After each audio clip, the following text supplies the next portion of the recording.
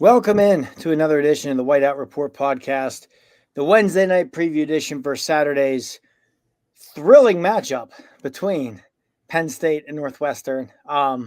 Obviously, I say that jokingly after what happened this past Saturday for the Nittany Lions and how they get ready to play who many thought was, if UCLA wasn't the worst team in the Big Ten, Northwestern was. But yeah, as always, we are your hosts, Marty along with Dylan Callahan-Crawley. Thank you for being here with us tonight.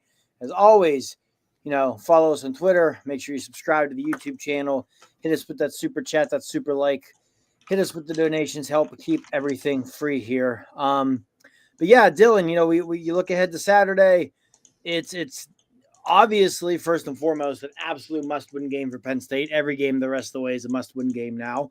But even hopes of making the playoff aside, this is a really important game because man, it does feel if they come out and lay an egg again on Saturday and look as lifeless as they did against UCLA, you're talking about, the season just coming completely unglued, if not potentially the entire tenure of James Franklin as head coach in Happy Valley.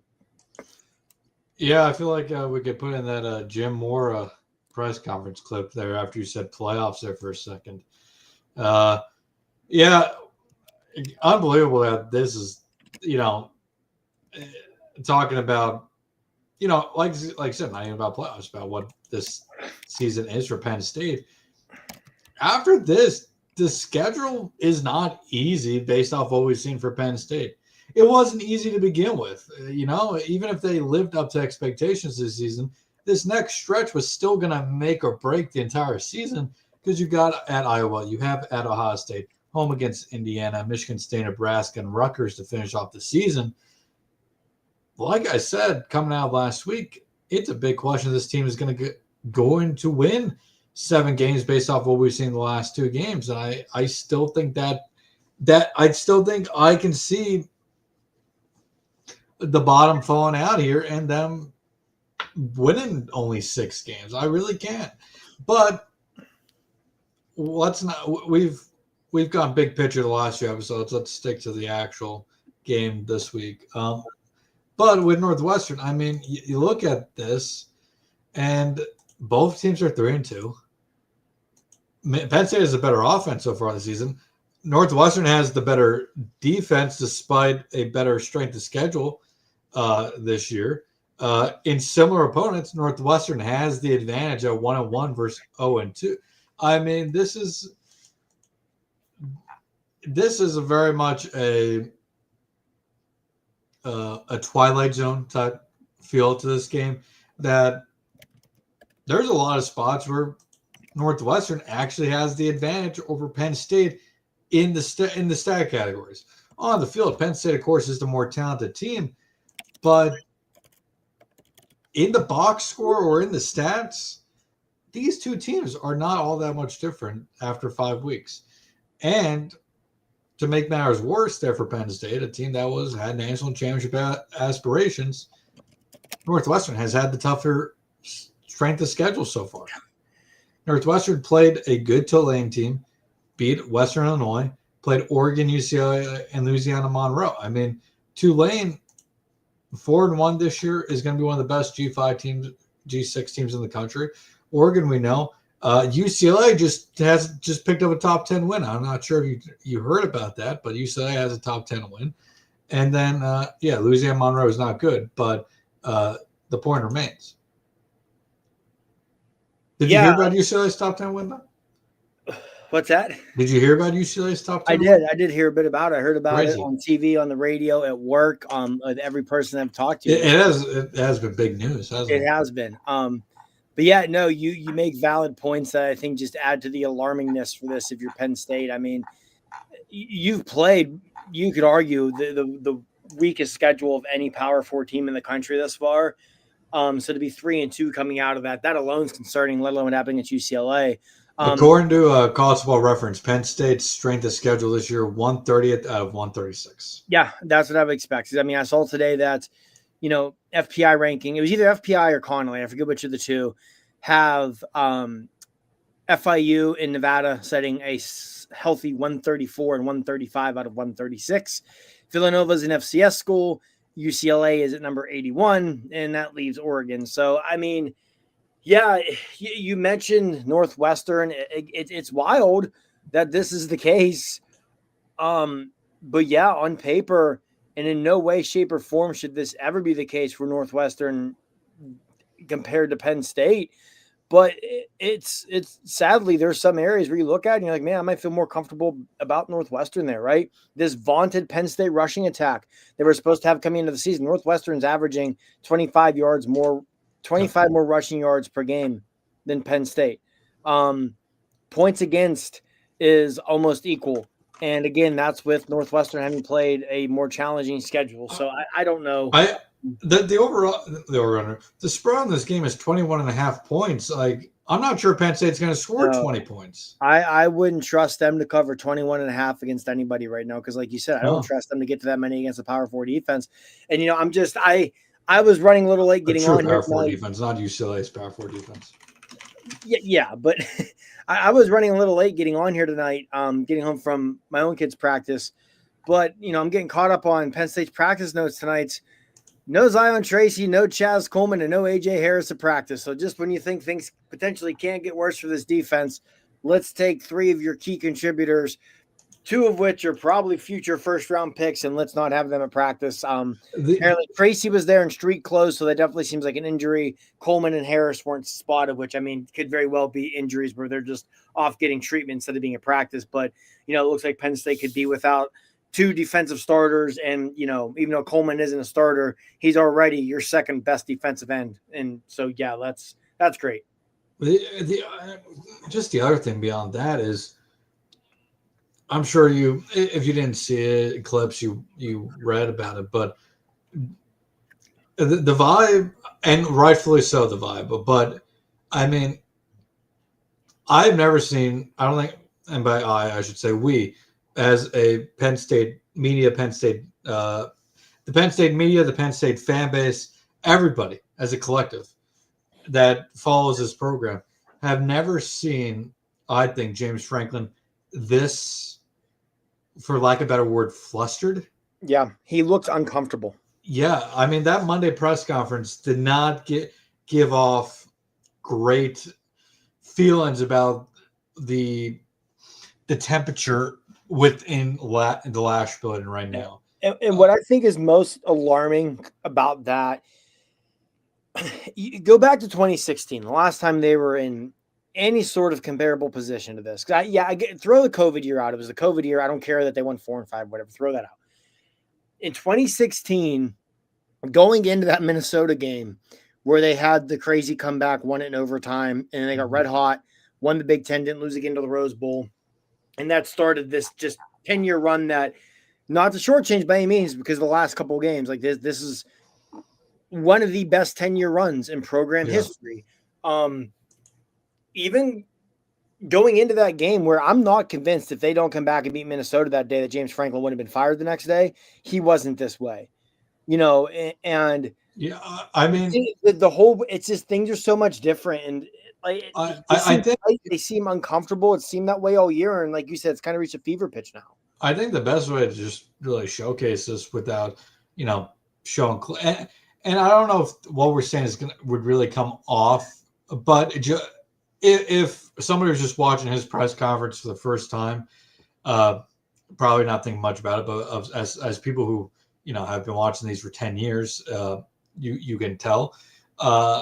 But one of the telltale signs in his 11 years, 12 years, whatever it may be at this point, as the head coach of Penn State, I don't think he has ever once forgot to provide the opponent's scouting report at the beginning of his press conference.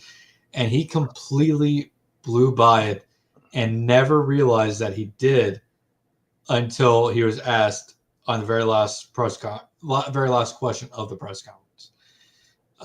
This is a guy who's very meticulous.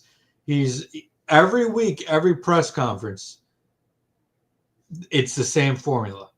For him to completely forget about that portion, I think it's just kind of a sign of where he is mentally right now. I'm sure he's, you know, preparing hard for Northwestern, but you cannot tell me that he is not feeling the heat and the pressure from these last two losses. Yeah, and I think part of that too is, in coaching, everything runs its course, right? Mm-hmm. And 12 years is a long time in college football to be at the same It's job. nothing So, to be ashamed of.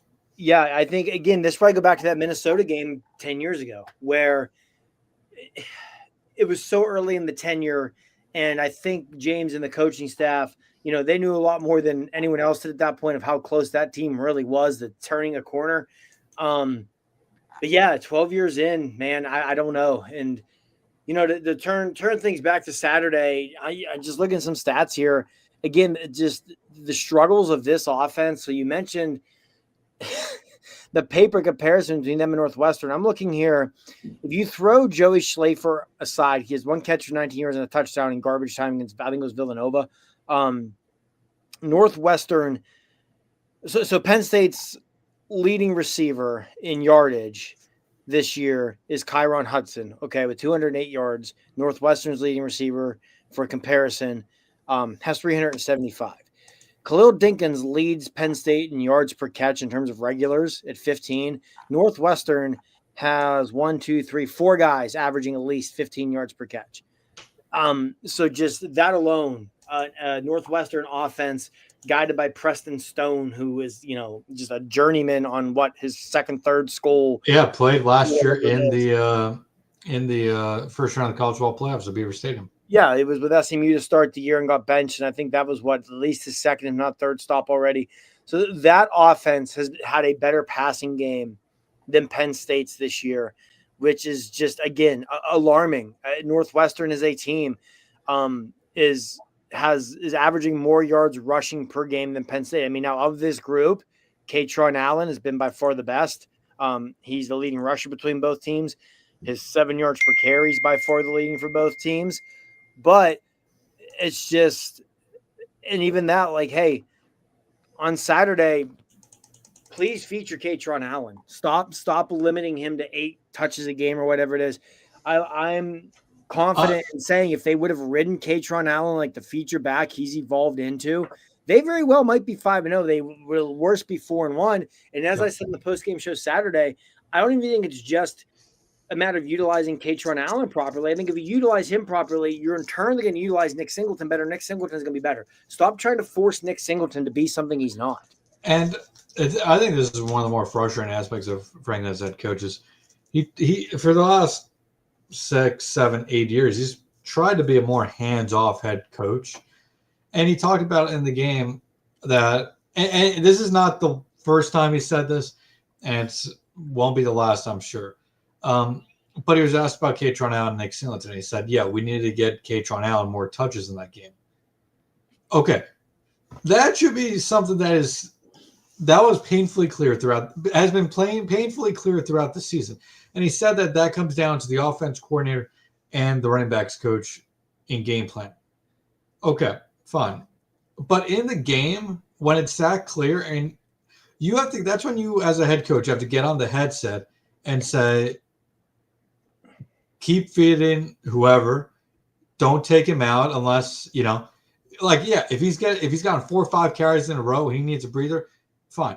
But that, as a head coach, that it is your responsibility to get on that headset and say, get the ball in his damn hands. And I mean, it's those small things that he has said time and time and again that we need to do a better job about, and he fails to do on game days.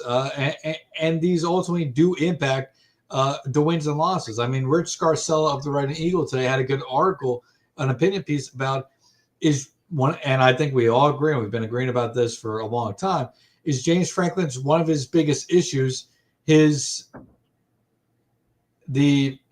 course, I'm now blanking on the word, but how much he is dedicated to his starters and key players, and his loyalty. There's the word. There's loyalty to his players. First person to tell you he's loyal to a fault sometimes. Right, and he says, and because James said how it's his responsibility for players to be be held accountable during and after games, and Scarcella brought up a good point. Dejan Lane. has the gaff on the kickoff, right? He was not punished at all in the game for, having a huge miscue that cost Penn State points. Khalil Dinkins, we can argue if it was a stupid penalty or not, but Khalil Dinkins, by stupid, I mean if it should have been a penalty or not, but he takes a bad penalty. Khalil Dinkins doesn't miss time. Luke Reynolds has a bad fumble. He can, I get you have to also stay within, you only have so many players, especially when traveling. But, when players do mess up on the field, outside of a few circumstances in the past, it very rarely feels like there has been that accountability.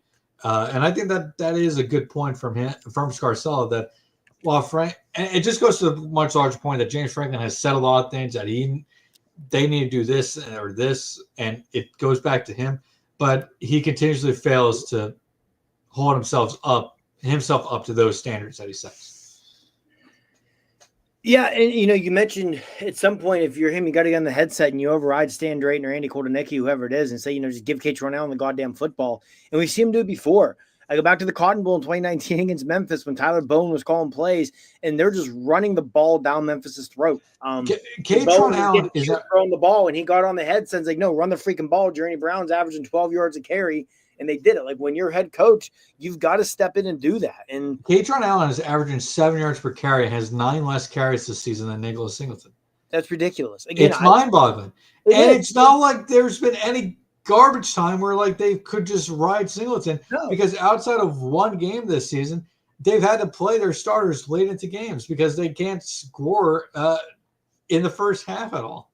And even if you look late in that Oregon game, when they came charging back and took the lead in overtime and looked like they were going to somehow miraculously win it, who gave them the lead? Katron Allen against UCLA in the second half when the offense got into the gear. Who did it? Katron Allen. Gary Danielson said it on the broadcast that for 4 years he has felt like Katron Allen is the heart and soul of this team, and they go as he goes. And I don't disagree with that. So I just hope Saturday, I don't care if they come out pissed off and angry and win by 60 like they should. Not that I anticipate that by any means, but I just hope that one thing I want to see offensively is make Katron Allen the focal point of your offense. You're talking about, hey, replacing Tyler Warren.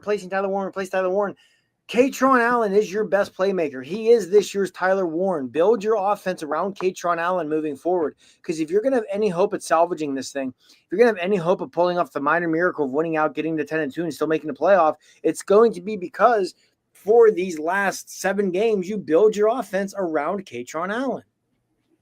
Yeah, absolutely. And it's going to be interesting this week because Northwestern's run defense hasn't been great this season, 150 yards allowed per game. UCLA is worse than that. 150 yards per game, 4.8 yards per carry. But like you said, UCLA's run defense was worse than that, and they still struggled. So, we'll see. This is our chance for them to get on the right path because, if you're not going to be able to run the ball this week, I don't know when it's going to happen. Look at the next 3 games after this week at Iowa, or doesn't matter where, but Iowa, 69 yards per game, 2.4 yards per carry. Ohio State, 91 yards per game, 2.9 yards per carry. Indiana, 88 yards per game, 3.2 yards per carry. If you can't run it this week, you might as well just throw the ball 50 times in the next 3 games because you're not going to run against those 3 defenses. No, especially with, the Iowa and Ohio State games being in Kinnick and in the Horseshoe. So, offensively, last week, you and I came out and we said, hey, we don't care if Drew Aller completes 30 passes. We don't care if he has 400 yards. We want to see him be efficient and play well, and he did. I thought it was his best game in a long time. Best game of the season, absolutely. I think his best game since the Big Ten championship game last year. So we got what we wanted. Unfortunately, it wasn't good enough because what happened with the defense, which, we'll start talking about the defense for this game here in a minute. But I think this week for me, offensively, more than anything, that's what I want to see. Feature Katron Allen, even at wide receiver. Yeah. Man, they've shown some flashes at least, but there's still the same issues exist. Separation, getting the ball, and it's like against UCLA, Kyron Hudson makes that tremendous over-the-shoulder diving catch in the end zone. when he's covered for a touchdown. So at some point you have to sit there and ask, how much is this? Is it Drew Aller? Is it the offense? Not just the receivers. But I mean, one other thing on offense I'd like to see is Tysier Denmark was back at practice this week after missing last week with some sort of illness. Why not give him an opportunity? Can he really? Yeah. Why not give the biggest?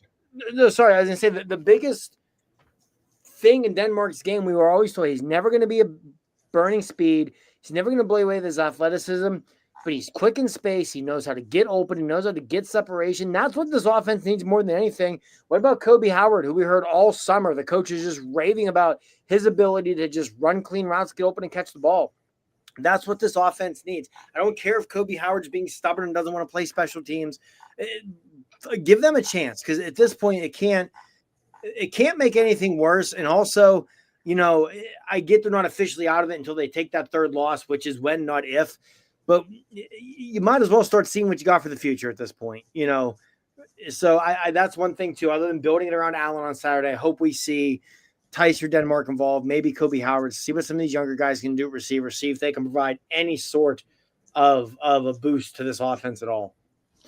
Yeah, and it just Penn State over the course of the game does play a lot of players, but it has been, I think, very frustrating for a while now that when they do have younger guys that are able to potentially make an impact, and this goes back to the loyalty thing. If there's older guys who aren't making that impact they should be, Penn State just at times refuses to let younger guys, unless they show they're 100% ready to play, to give them opportunity. And then you see other programs out there. Yes, programs that may not be in the same stature as Penn State, but Power 4 programs that play younger guys, and younger guys are making impacts every week. You don't need a redshirt freshman going out there and getting 100 yards, but maybe Tysier Denmark last week. Now the offense wasn't a problem, but maybe Tysier Denmark goes out there last week and gets a big catch that ends up in a 30, 40-yard gain, and flips it, or maybe against Oregon State. But it's a definition of insanity. Every week they keep trying out the same type of things, and the results are the same, and it's been that way for the last two seasons. And it's just really intriguing overall as a bigger picture item here real quick. Outside of Joe Moorhead, Penn State has had 3 offense coordinators the last 5 years, 6 seasons, whatever it may be, that were pretty highly thought of coming into their tenure at Penn State. Kirk Shiraka, obviously Andy Koltenig right now, and Mike Yurcich before that. All 3 offenses with Penn State seemingly were lackluster, to say the least. The spark of them was I don't think Andy Koltenig has been calling a good game the last few weeks. But at the same time, when it feels like every offense coordinator for Penn State, since outside of Joe Moorhead, because let's be honest, Joe Moorhead is the only time a Penn State offense actually seemed, and maybe under Ricky Ronnie. I was going to say, Ricky Ronnie deserves a lot more credit. Right. Outside of Joe Moorhead and Ricky Ronnie. So 2 of the 5, 6 offense coordinators, John Donovan, Joe Moorhead, Ricky Ronnie, Shiraka, Yurcich, Koltenig, 6 offense coordinators. 4 of them have been, like a better word, duds, right? Yeah, I mean, there's no way to not call Koltenig a dud right now. Shiraka, his numbers were good. Yeah, and it was the COVID year, and James only ever hired Shiraka because he wanted Yurcich then and couldn't get him. And then the second Yurcich became available, he shipped Shiraka out. So I give Kirk Shiraka a bit of a pass. But yeah, Koltenig, the big one. He has not lived up to what the expectation was coming in. Now, how much of that is, as we've said it before, with Drew Aller in this offense, it's round square or round peg square hole. And he definitely doesn't seem to trust Drew Aller. That's for certain. There's definitely been instances. Except with an RPO at the end of the game. Yeah, there's been instances where it's like, hey, you let your quarterback win you the game here, and he hasn't done it.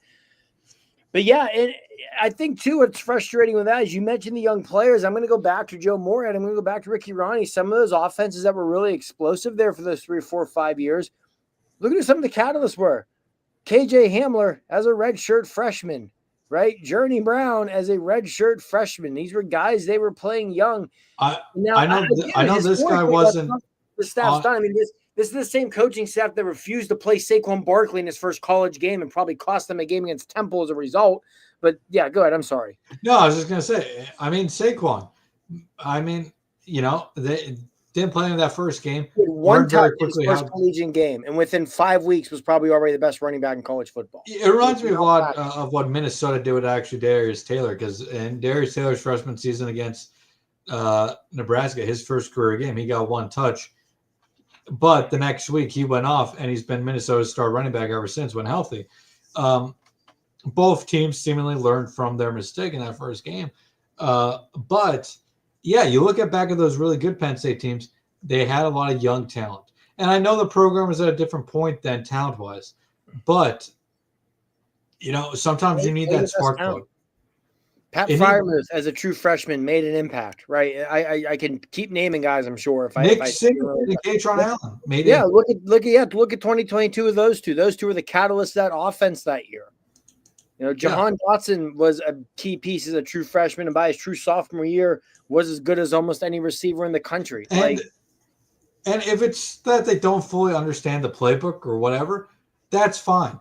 But if there's scheme things up for them, if they've got the ability exactly, to make plays, if there's 5 or 6 plays that they have down, use them on those 5 to 6 plays. Yeah.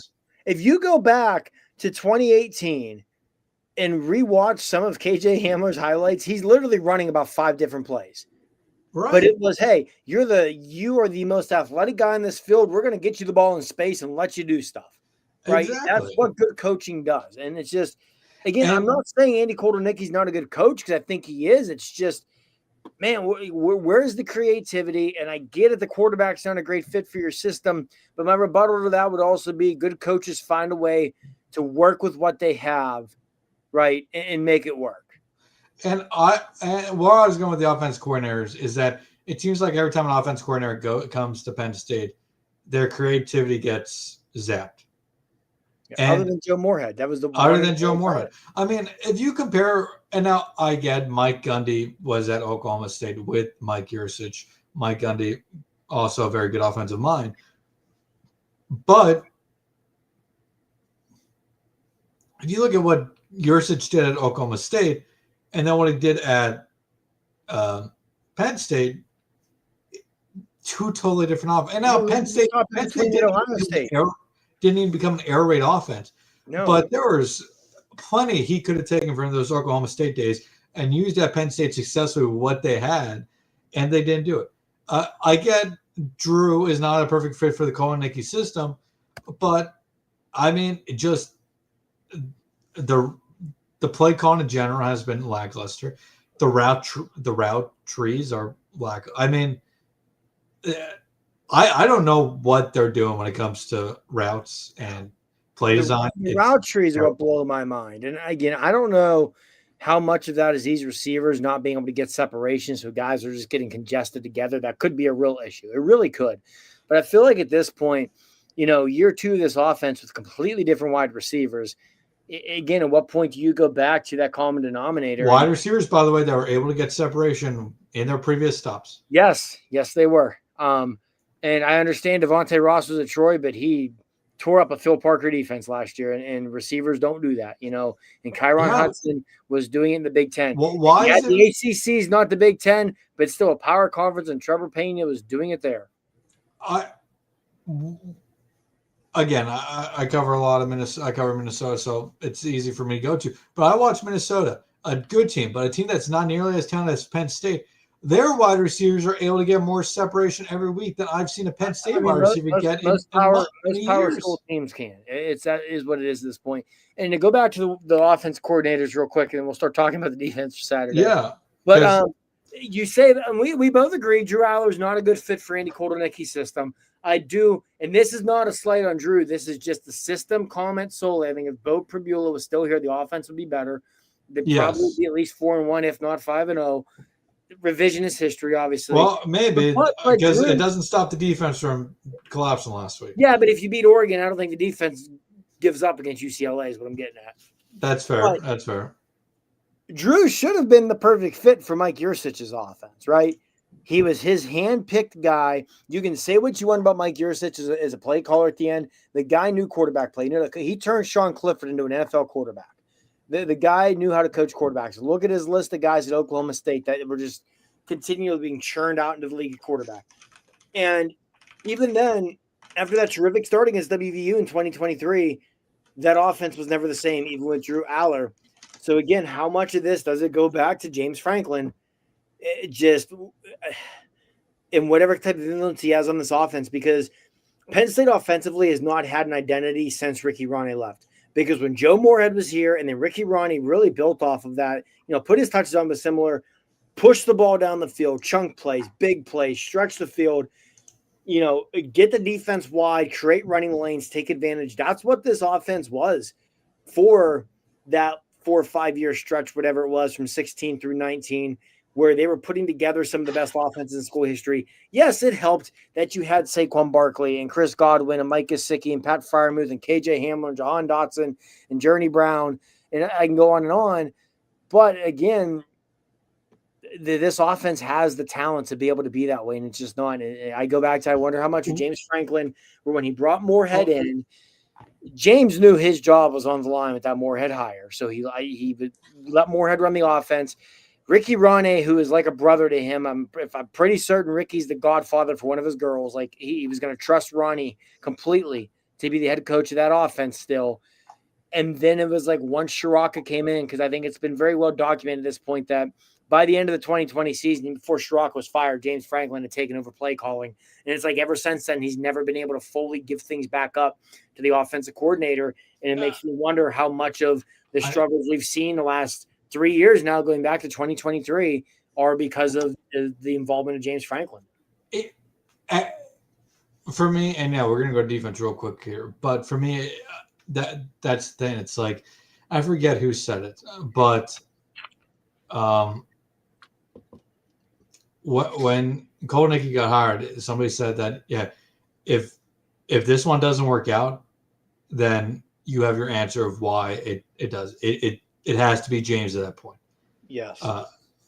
Colton Nickey was widely considered the best one of the best offense coordinators in college football before he came to Penn State. Yes, Big Ten defenses are better than the Big 12, but it's two wildly different offenses, even just the creativity itself. Building off that, it'll be interesting to see. Going back to this Northwestern's defense, we talked about it: 146 rushing yards allowed per game, 4.8 yards per carry. Pass defense has been good this year, only 165 yards allowed, under a 60% completion percentage this year. So it is going to be a tough test for Drew and this pass and attack here to, get stuff going over through the air this week. And the last thing I was going to bring up with the offense, true or false? Outside of TJ Shanahan, and that spot for Penn State, which is a couple guys right now, out of Penn State's starting 11 on the offensive side of the ball, I am pretty confident that everybody's either going to be drafted or at the very least receive a rookie/training camp invite, probably. 100%. And Shanahan still may. He's just so young in his career. Yeah, at some point he will. The guy started 5 or 6 games as a freshman in the SEC. Same thing can be about Cooper Cousins, barring catastrophic injury. No, I agree. Like I look at it, and the only guys who I don't think are slam dunks to be drafted are maybe Trevor Pena, but somebody will give him a shot in camp, right? And it's really probably it, because even as how up and down Nolan Rucci's been, maybe Hudson Ware, but what's that? Maybe Kyron Hudson Ware is. Yeah, but I think again Hudson's going to be a guy people are going to see his size. They're going to see some of the catches he made. But they're going to think, hey, if nothing else, 7th round flyer, worst case scenario, this is a good special teams player. But nonetheless, out of their starting 11, all 11 at one point or another are going to have a chance to make NFL. Yeah, they're going to be in a training camp, and not in a training camp as a filler, in a training camp with a legitimate shot to make a roster. And that just leaves me at this point. There's no reason when you have 11 potential future NFL players on your offense that your offense should be this much of hot garbage. Yeah, no, I hadn't thought of it that way, and that is very fair. Speaking of hot garbage, let's talk about the defense and what we saw last week. We talked about going simple here, and I want to start that off here. Yeah. Penn Go State, ahead. and it goes back to linebacker where Penn State desperately missed Tony Rojas last week. And it's just we were talking about simplifying stuff for wide receivers who may not have a full playbook, right? And they're talking about young linebackers, inexperienced linebackers, and how this is a complex system. Okay, well, you have a depth issue at linebacker. You have young linebackers. It's a complex system. So what is something you can do to improve your chances of being successful on defense and getting those guys on the field so you're running out there more than just 2 or 3 linebackers? You simplify the defense. It doesn't have to be rocket science out there.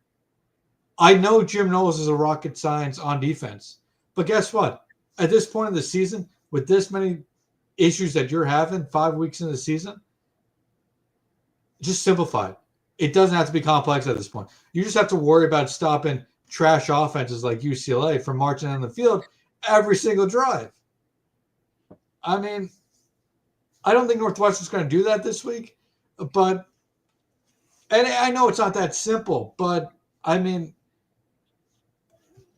am I wrong? No, you're not. And maybe this goes hand in hand with simplifying it. What I want to see first and foremost from the defense this week, because outside of Amari Campbell and Dom DeLuca, I didn't see it last week. I just want to see effort. Yeah. I saw a unit that outside of 2 guys didn't care. Outside of 2 guys looked like they had quit and had given up. I just want to see effort this week, especially back at home. I mean, I know we said opening up the show looks like they're going to probably be without multiple starters and and Chaz Coleman, who is essentially a starter. But man, if they come out slow on any facet, I'm going to be really curious to see where this crowd goes on Saturday. I'm going to be curious to see where this crowd is. I expect pregame when they introduce starting lineups, they may just want to not do the starting lineups. Drew Aller's going to get booed. It's going to be ugly to begin with. And it's only going to get worse if they come out and play like crap again. But, this defense. James is going to get a lot booed louder than he's ever been booed before. Oh, 100%. 100%. Especially and the first time they have a 3-and-out. Oh, God forbid it's the first drive of the game. Yep. You're going to get to fire Franklin. You're going to get – I mean, I know at the end of the Oregon game, there was the videos on social media of the student section chanting obscenities at Drew Aller. But, yeah, to circle back to the defense here, this better be a get-right game for this defense because, I mean, Northwestern, I know we've said some nice things about them. Largely, it's just in comparison to Penn State and how poor Penn State's been. But this Northwestern team is 82nd nationally in points per game, right? They're a bottom 40 passing offense. There's no reason that Penn State's defense shouldn't have a big bounce back game. And if you look at Northwestern, most of their damage came against Western Illinois and Louisiana Monroe, as you pointed out at the top. Yeah. The only team to the pulse they've played are Tulane and Oregon, who both smacked them around, and then they beat UCLA by 3 points. So 313 total yards against Oregon, 237 against Tulane, 17 combined points in those games. Yeah, there's no reason the defense, even if you don't have Zion Tracy or A.J. Harris or Chaz Coleman or any of the 3, there's no reason this shouldn't be a get-right game for the defense. And another thing in addition to the effort I want to see on the defense, and I'm sure people would say, oh, they're not ready. See what some of the young linebackers can do in this game. Because if you're going to salvage – simplify. Yeah, and if you're going to salvage this season, you're not going to go on a tear here and get to 10-2 by playing Dom DeLuca and Amari Campbell at 90% plus snaps per game. You're going to have to find – whether it's Keelan Wiley, Anthony Specca, Cam Smith, whoever it is, you're going to have to find somebody.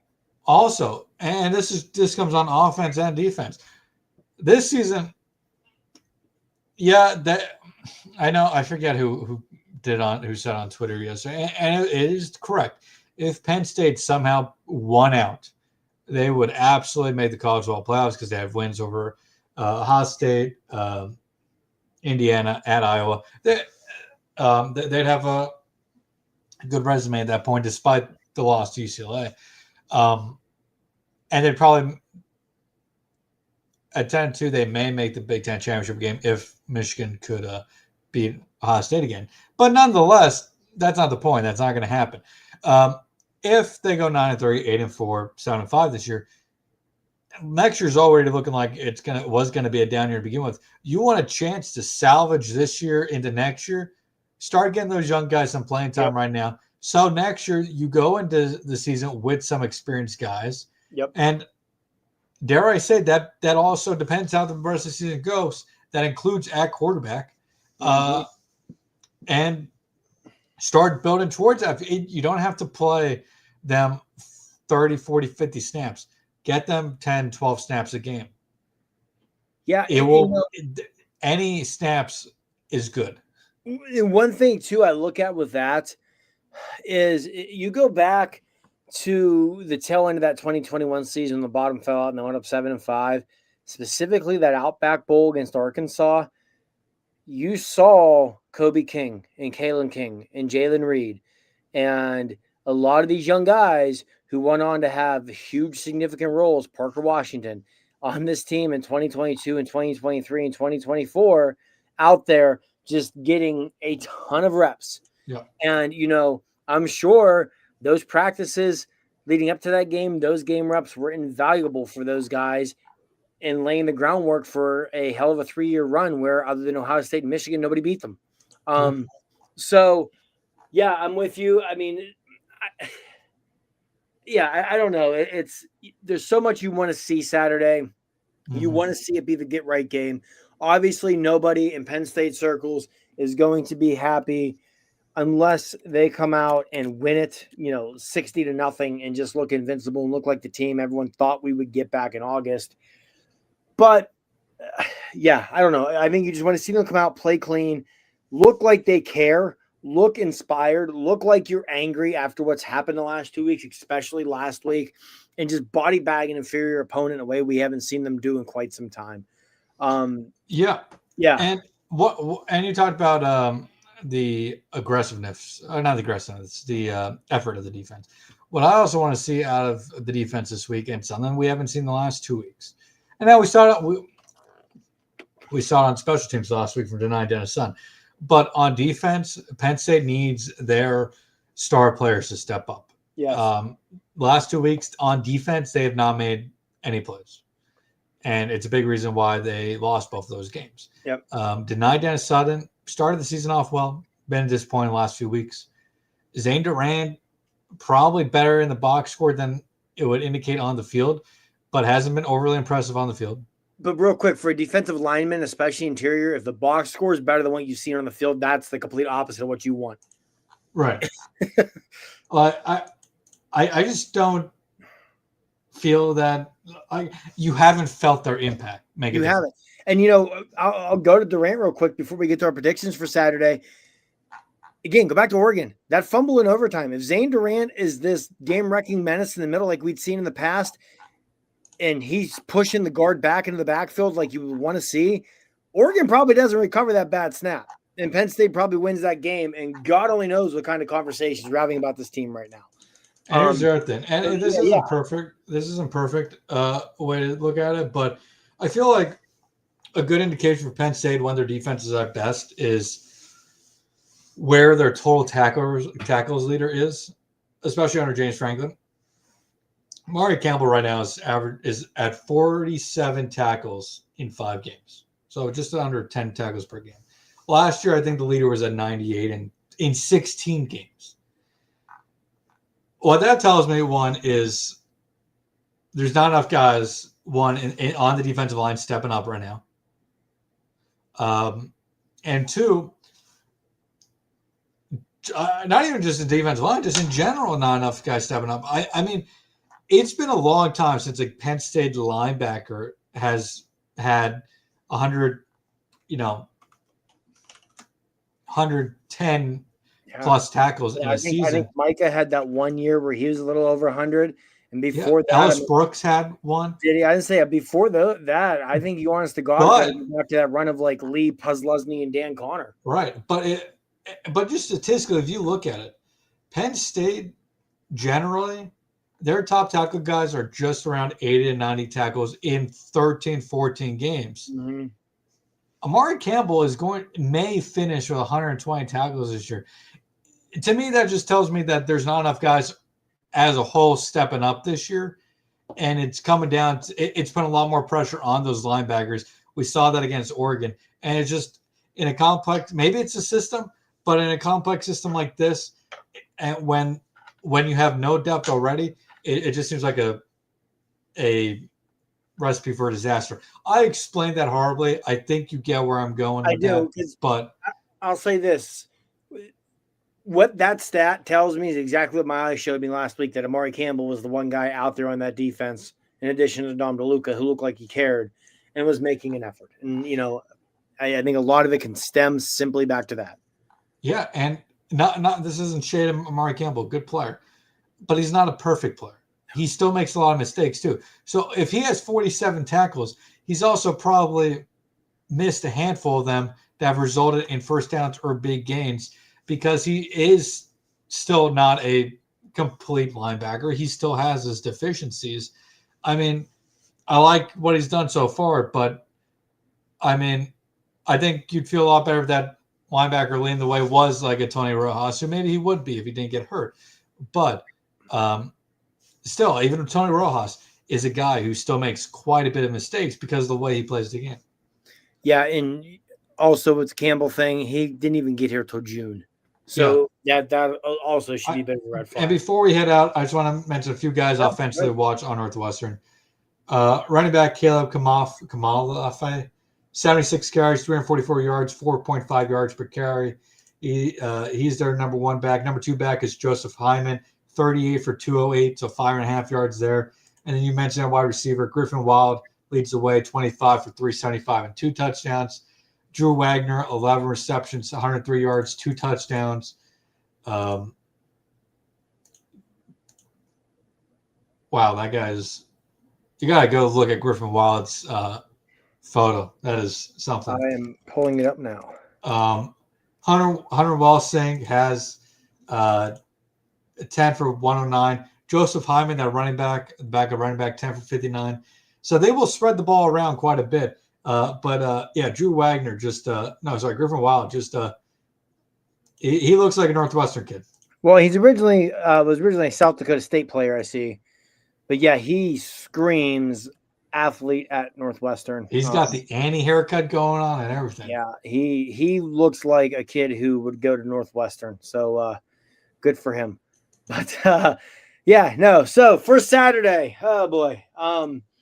Let's attempt to take a stab at this with our offensive, defensive MVPs and our game score prediction. Dylan, as always, I will let you have the honors of leading us off here before we wrap things up. I feel so honored. So honored. This is 1 week where I don't even want to try and stab first. So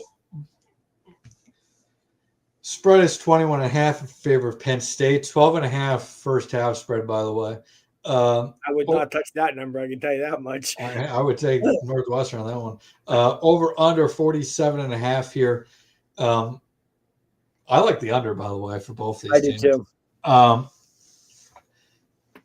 Give me Penn State to win like a really ugly one.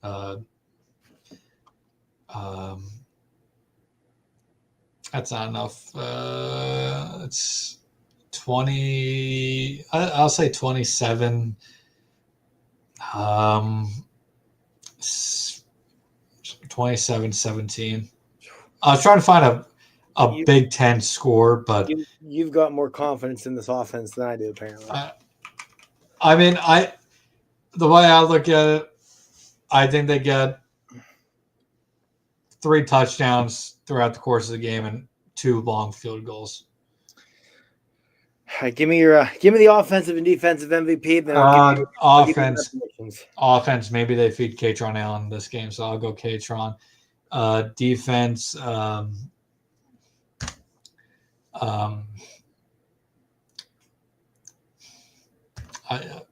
Amari, I don't know. Zane Duran. Let's see if Zane Duran shows up this week. Well, defensively, I was kind of on the same train of thought, so I'll go there. I'm going to say deny Dennis Sutton. I'd like to think that your senior leader steps up this week, sets the example, sets the tone for the whole team defensively, takes over, does not let Northwestern find any sort of success, be the game record that we haven't seen since the non-conference. Offensively, oh boy, I was going to go K-Tron myself, but change it up. I'll say Drew. I'll say he comes out and finds some success against Northwestern again. Then score-wise, I'm with you. I think it's ugly. These games are always ugly between these two. I mean, they played a couple years ago in that monsoon at Beaver Stadium. That was like 13-9, something weird. They played on your wedding day, I remember, because I remember Clay and I trying to keep tabs on the game while driving from his apartment to your wedding, and that game was also just disgustingly sickening, awful to watch and suffer through. I'm going to say they win it. I'll give you a Big Ten score. I'll give you a Penn State Northwestern score. I don't know how they're going to get to this. I honestly don't. I'll say it ends up 19-15. I don't know how they're going to get there. There's going to be safeties. There's going to be field goals. There's going to be stupidity. That's how they get there. But I'll say Penn State wins it 19-15. But, yeah, unless you have anything else, Dylan, I think that'll do it for us tonight. No, do you? Go ahead if you do.